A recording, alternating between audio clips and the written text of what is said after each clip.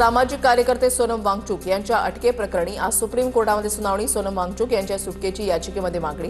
अटक बेकायदेशीर असल्याचा याचिकेमध्ये दावा। लडाखमधील हिंसाचाराला जबाबदार धरत 26 सप्टेंबरला वांगचुक यांना अटक। बिहार निवडणुकीमध्ये नवे उपक्रम राबवले जाणार। निवडणूक आयुक्त ज्ञानेश कुमार यांची माहिती। मुख्य निवडणूक आयुक्तांसह सुखबीर सिंग संधू आणि विवेक जोशी बिहार दौऱ्यावर होते।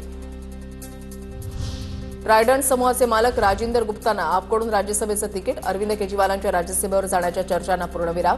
पंजाब विधानसभेमधून राज्यसभेच्या एका जागेसाठी पोटनिवडणूक होणार।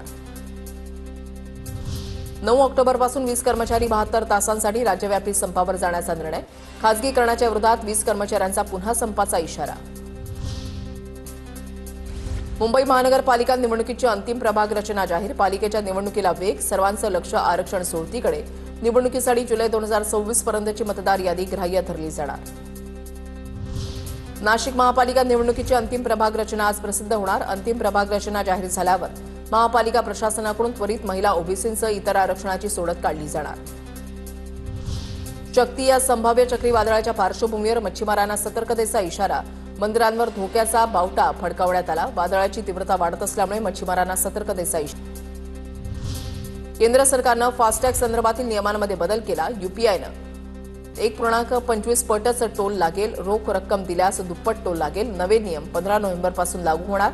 डिजिटल व्यवहारांना मिळणार चालना। कोल्हापूरच्या ट्रायथलॉन स्पर्धेमध्ये बाजी मारत योगेश गाडे ठरले हाफ आयर्नमॅन। स्पर्धेसाठी 8.5 तासांचं आव्हान अवघ्या 7 तास 47 मिनिटांमध्ये पूर्ण केलं। 70.30 मैल असणाऱ्या स्पर्धेमध्ये 1.9 किलोमीटर पोहणं, 90 किलोमीटर सायकलिंग आणि 21.10 किलोमीटर धावणं असे तिन्ही टप्पे पार करत यशस्वीरित्या त्यांनी आव्हान पूर्ण केलं।